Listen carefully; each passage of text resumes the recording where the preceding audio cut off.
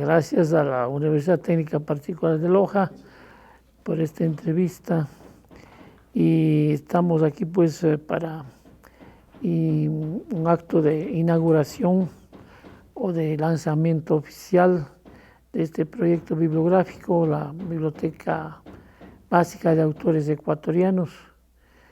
Y este proyecto lo presenté yo, creo que fue en enero del año 14 al rector canciller, doctor Barbosa, como una posibilidad de un proyecto importante de carácter cultural y educativo, que implica pues editar una colección de libros, una biblioteca, en el que se recojan los nombres más importantes de autores ecuatorianos en sus obras, y que serviría, por lo tanto, primero para el conocimiento del público general del Ecuador, que conozca la trayectoria literaria de su país, el pensamiento literario en sus diversas etapas de su formación, desde la colonia hasta nuestros días, y que también podría ser una guía y muy interesante y fundamental pedagógica para estudiantes y profesores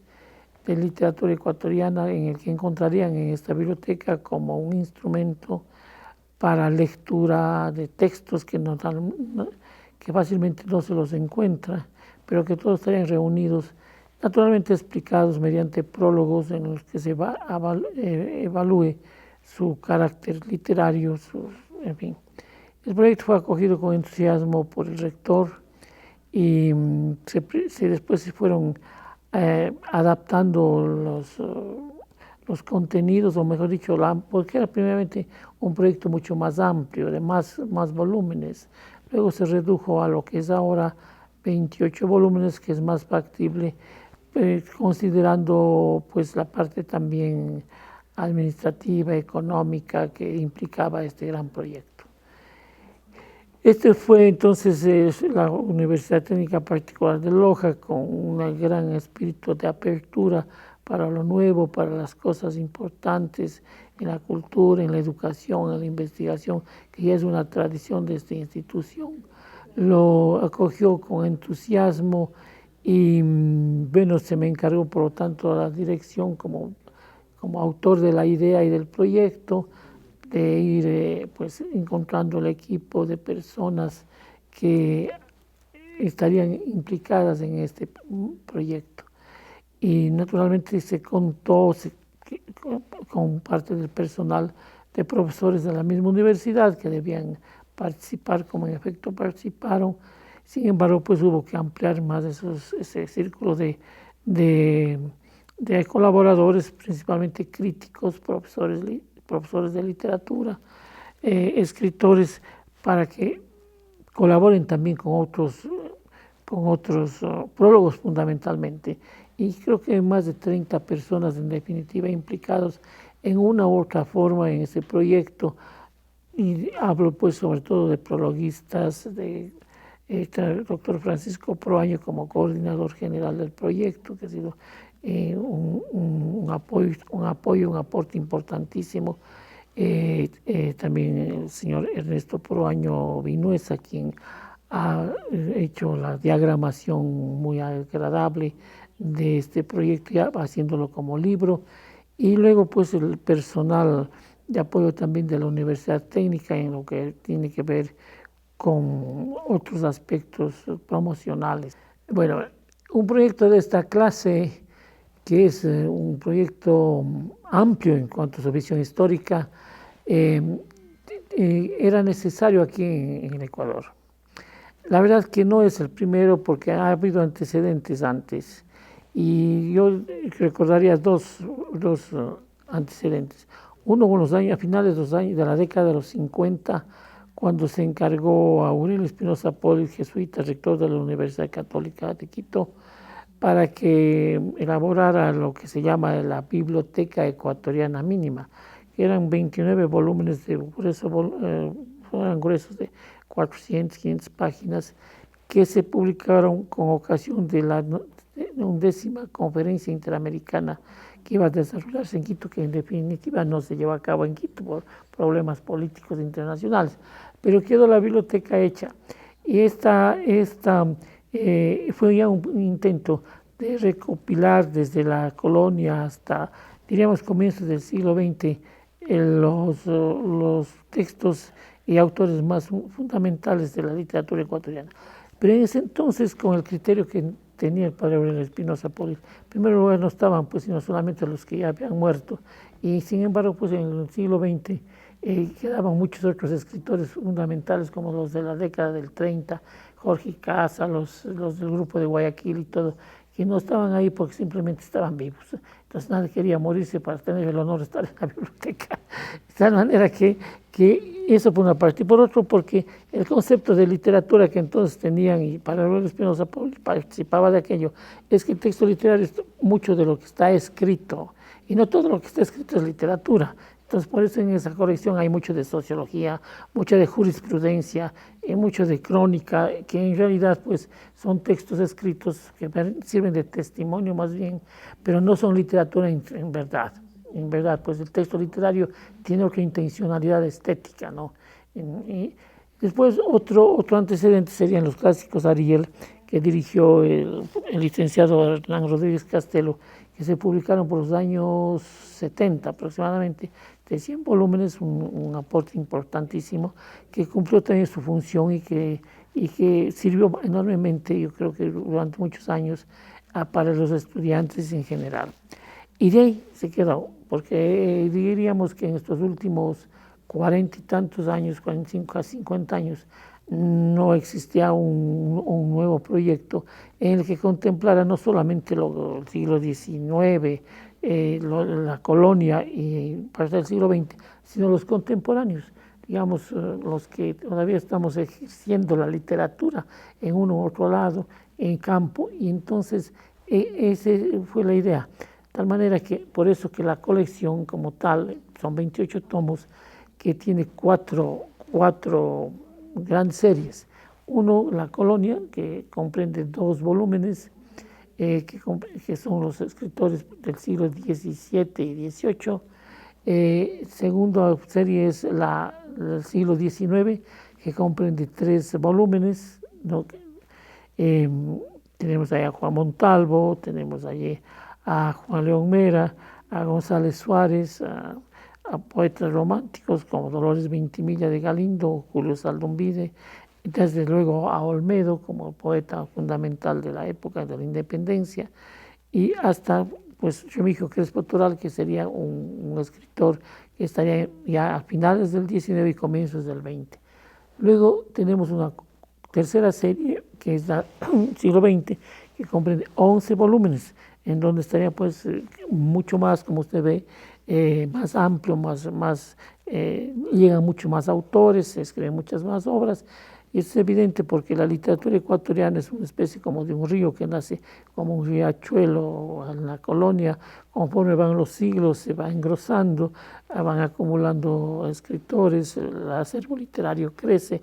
En el siglo XIX ya es caudaloso, digamos, el siglo XX es muy, muy caudaloso, y eso se refleja en que haya más autores en el siglo XX importantes, indispensables y básicos para poder entonces tomarlos en cuenta.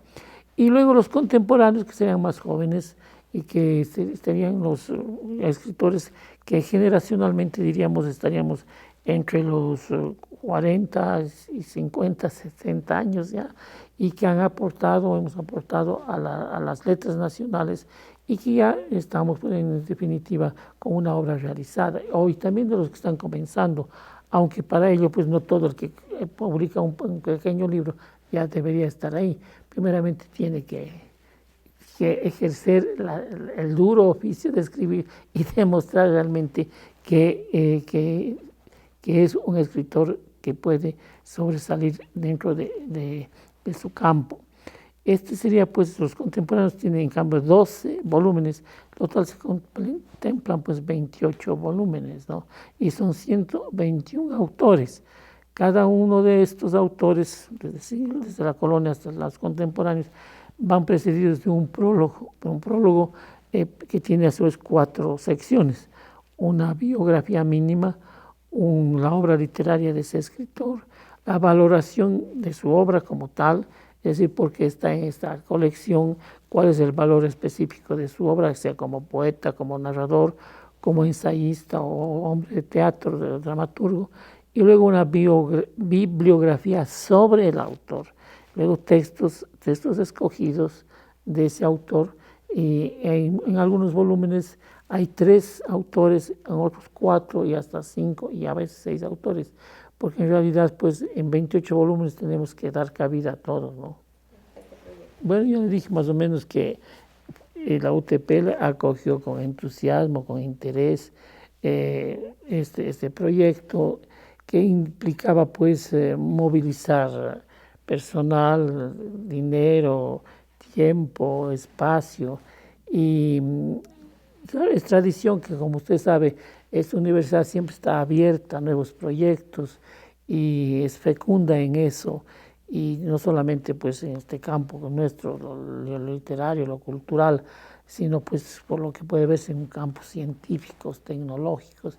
Es decir, es una universidad emprendedora que por lo tanto fácilmente se dio cuenta el señor rector, el canciller, del interés e importancia que tenía este proyecto y lo acogió en forma decidida, ¿no? Y estamos, por eso, pues los que hacemos la biblioteca, muy agradecidos y pues nos sentimos en eso contentos por esta sintonía que existe pues entre ideales comunes, ¿no? Claro, porque este proyecto al fin y al cabo es no solamente como una comunicacional en el sentido de que ayuda al ecuatoriano común y corriente a informarse de una manera sucinta sobre el proceso literario, sobre la evolución del pensamiento literario nacional ecuatoriano, que es en definitiva reflexionar sobre lo que somos como país, como cultura, en su variedad, pues, desde la colonia hasta acá. Si la literatura cambia y evoluciona en temáticas, en enfoques, en ideas, en valores, eso también es porque evoluciona la sociedad, en la cultura en la que vivimos.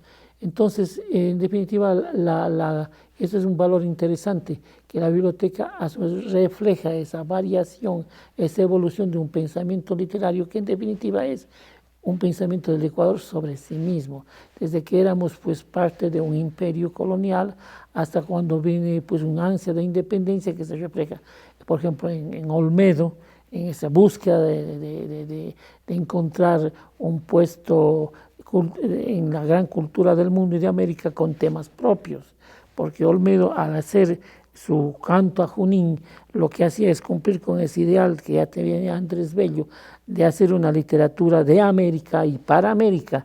Y claro, que si bien de Europa no podíamos, digamos, divorciarnos de la tradición cultural de Europa, que tenía pues milenaria tradición, culturalmente dependimos de ella, dependíamos más, pero sí los temas deben ser americanos, como decía Andrés Bello.